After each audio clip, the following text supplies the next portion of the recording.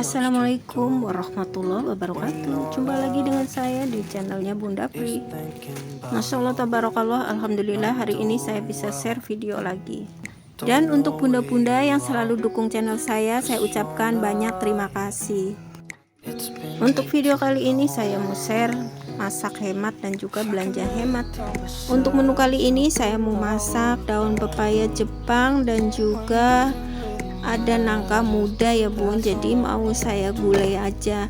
Dan ini untuk bumbunya saya siapin ya. Di sini ada bawang merah, bawang putih dan teman-temannya ya bun ya.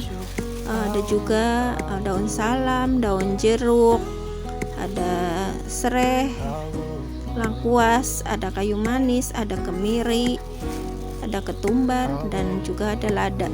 Gak lupa juga saya pakai biji pala ya, biar ada aroma dari rempah-rempah gitu.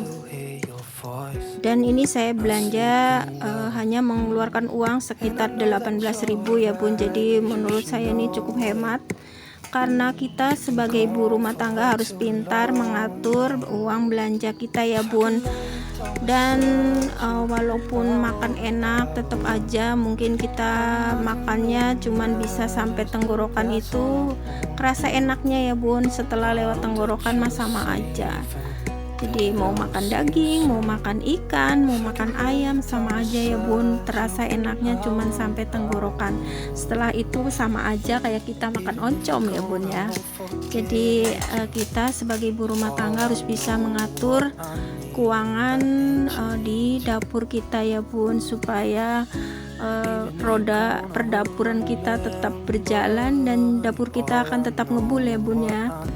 Walaupun kita berhemat, jangan lupa ya bun, kita juga harus memperhatikan gizi keluarga kita biar keluarga kita itu pada sehat ya bun. Karena bahan makanan yang murah juga masih banyak kok yang mengandung gizi cukup ya bun, nggak harus daging-dagingan ataupun ayam-ayaman setiap hari. Contohnya kan ada tahu tempe, ada ikan asin juga kan ada gizinya ya bun ya. Walaupun kadang kalau keseringan juga kan bosan, jadi kita harus bisa selang-seling lah. Ada kalanya kita masak ayam, yang penting kita masak sendiri ya, nggak belanja di luar yang lauk mateng gitu ya. Kadang-kadang kalau kita beli lauk mateng ya, kalau orangnya sedikit di rumah ya bisa hemat, tapi kalau yang makan banyak di rumah itu nggak akan cukup ya. Walaupun kita hemat-hemat, tetap aja kalau kita nggak masak jatuhnya nanti akan boros ya bun.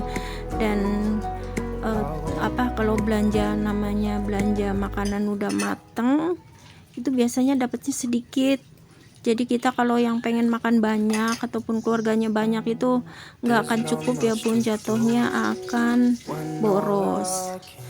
Dan di situ saya juga berpikir ya, sekali-kali kalau lagi capek, kalau setelah pergi mungkin kita nggak sempat masak ya bun, tapi kalau di rumah saya usahakan selalu masak ya bun, karena menurut saya itu pemborosan banget kalau kita nggak masak.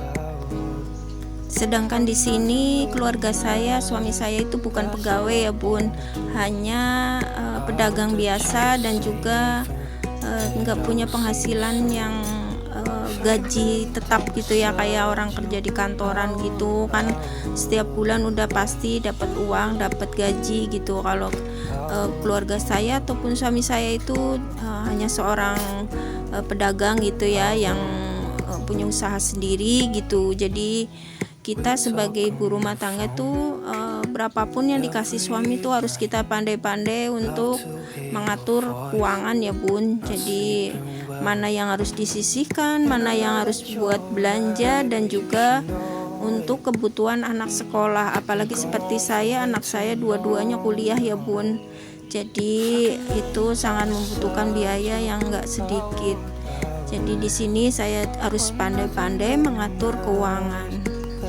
Syukur alhamdulillah di sini saya sudah punya rumah, dan juga walaupun rumah sederhana tapi kan tidak ngontrak lagi ya bun, jadi pengeluaran untuk tempat tinggal udah di skip ya bun. Jadi prinsip saya waktu sebelum anak-anak masuk SD ataupun sebelum anak-anak masuk sekolah, tabungan kita udah harus cukup untuk beli rumah ya bun, ataupun untuk ngebangun rumah, walaupun rumah sederhana ataupun satu petak, yang penting milik sendiri ya bun.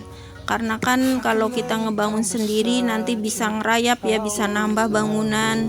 Yang penting kita tidak sewa lagi, jadi uang sewanya kita bisa alokasikan, kita tabung untuk nanti beli bahan material untuk bangun rumah ya bun ya. Karena menurut saya nanti kalau kita baru punya rumah setelah anak-anak udah sekolah itu terlalu berat ya, kecuali kalau yang gajinya besar ataupun penghasilan besar mungkin nggak pengaruh ya. Tapi kalau yang kayak saya ataupun keluarga saya itu yang harus menabung sedikit demi sedikit, jadi sangat pengaruh ya. Karena kan kalau anak-anak udah sekolah harus ada biaya ini, biaya itu, namanya udah sekolah ya kan bun. Tapi kalau belum sekolah kan kita bisa menabung lebih banyak, karena belum ada biaya tambahan. Paling juga kan biaya susu juga anak saya sekedarnya aja nyusunya ya, karena kan mereka pakai ASI. Dan untuk bunda-bunda yang baru berumah tangga, yang lagi semangat nabung untuk beli rumah ataupun untuk ngebangun rumah, semangat ya bun. Kita bisa nabung emas ataupun beli perhiasan, itu akan lebih baik ya bun, karena biasanya harga emas itu ngikutin harga pasar ya. Seperti saya dulu, saya beliin zaman saya dulu kan di tahun 2000-an itu belum banyak logam mulia kayak sekarang ya, karena dulu mah banyaknya orang pada beli emas perhiasan. Jadi saya pun demikian ya bun, jadi saya ngumpulin nabung segram 2 gram, lalu saya beli kalau punya uang saya sisihkan untuk beli emas.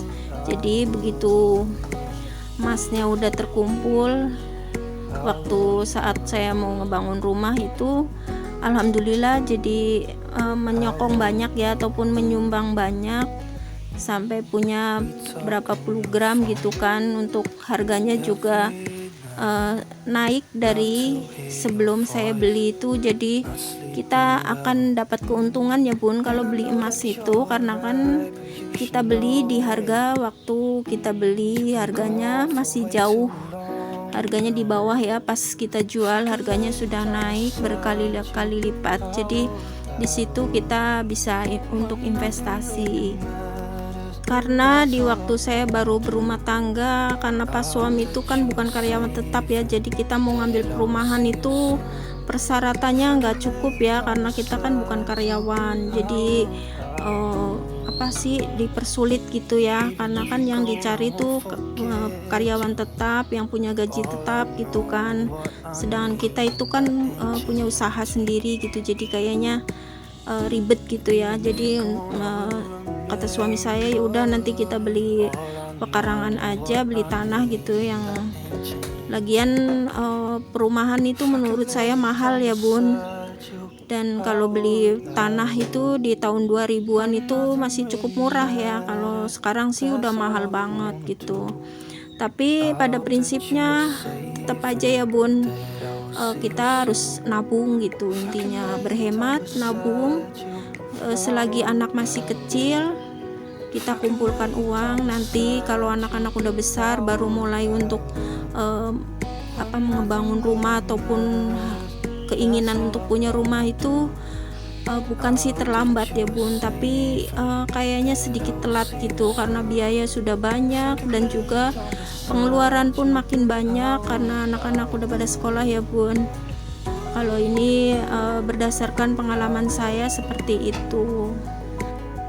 Dan di sini saya mohon maaf karena bunda-bunda sudah mendengarkan celotehan saya tentang caranya berhemat ya bun. Tapi menurut saya ini pengalaman real ya, karena keluarga kami ini bukan keluarga sultan yang hanya tinggal duduk-duduk santai bisa menikmati fasilitas ya bun ya. Jadi di sini kami ataupun saya hanya memotivasi untuk bunda-bunda, ayo bun semangat untuk nabung biar kita bisa punya rumah sendiri. Karena di sini banyak ya bun yang sudah umur berpuluh-puluh tahun yang keluarga udah berpuluh-puluh tahun tapi kehidupannya masih tinggal di kontrakan juga banyak ya Bun ya. Jadi di sini saya hanya berbagi pengalaman, tiada maksud apapun, hanya untuk memotivasi bunda-bunda. Oh ya, untuk bunda-bunda yang hadir di video saya mohon maaf jika ada kata-kata saya yang menyinggung perasaan bunda-bunda di rumah ataupun teman-teman semua. Mohon maaf jika berkenan, dan dukung terus channel saya dengan cara like, komen, dan juga subscribe. Terima kasih. Wassalamualaikum warahmatullahi wabarakatuh.